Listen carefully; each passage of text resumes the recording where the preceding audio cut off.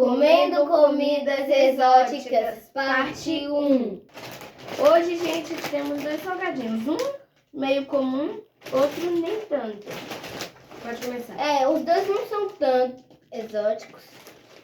Hoje aqui eu trouxe um Doritos de pimenta e João trouxe uma Ruffles de pimenta mexicana. Eu nunca vi essa Ruffles, gente. Os dois são de pimenta. Na verdade, vi quando eu tava no Rio de Janeiro, mas eu não tinha. Na verdade, eu já comi esse Doritos. Mas a gente nunca comeu, será? Mas eu não ia comer, já comi uns pouco. E essa batata a gente nunca comeu, então a gente vai provar agora. Então vamos primeiro. Nossa, com cheiro de pimenta.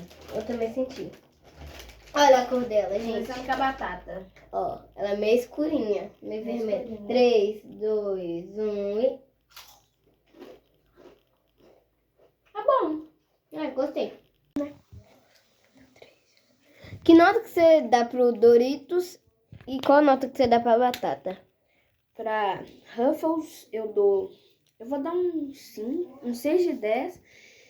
E pro Doritos, eu não sou muito fã de Doritos, eu vou dar 4 de 10. É até que é bom, então... Não, vou dar 5. Doritos, galera, é 9 de 10. A minha da Ruffles, eu vou dar 5 de 10, porque eu não gostei muito, mas até que é bom.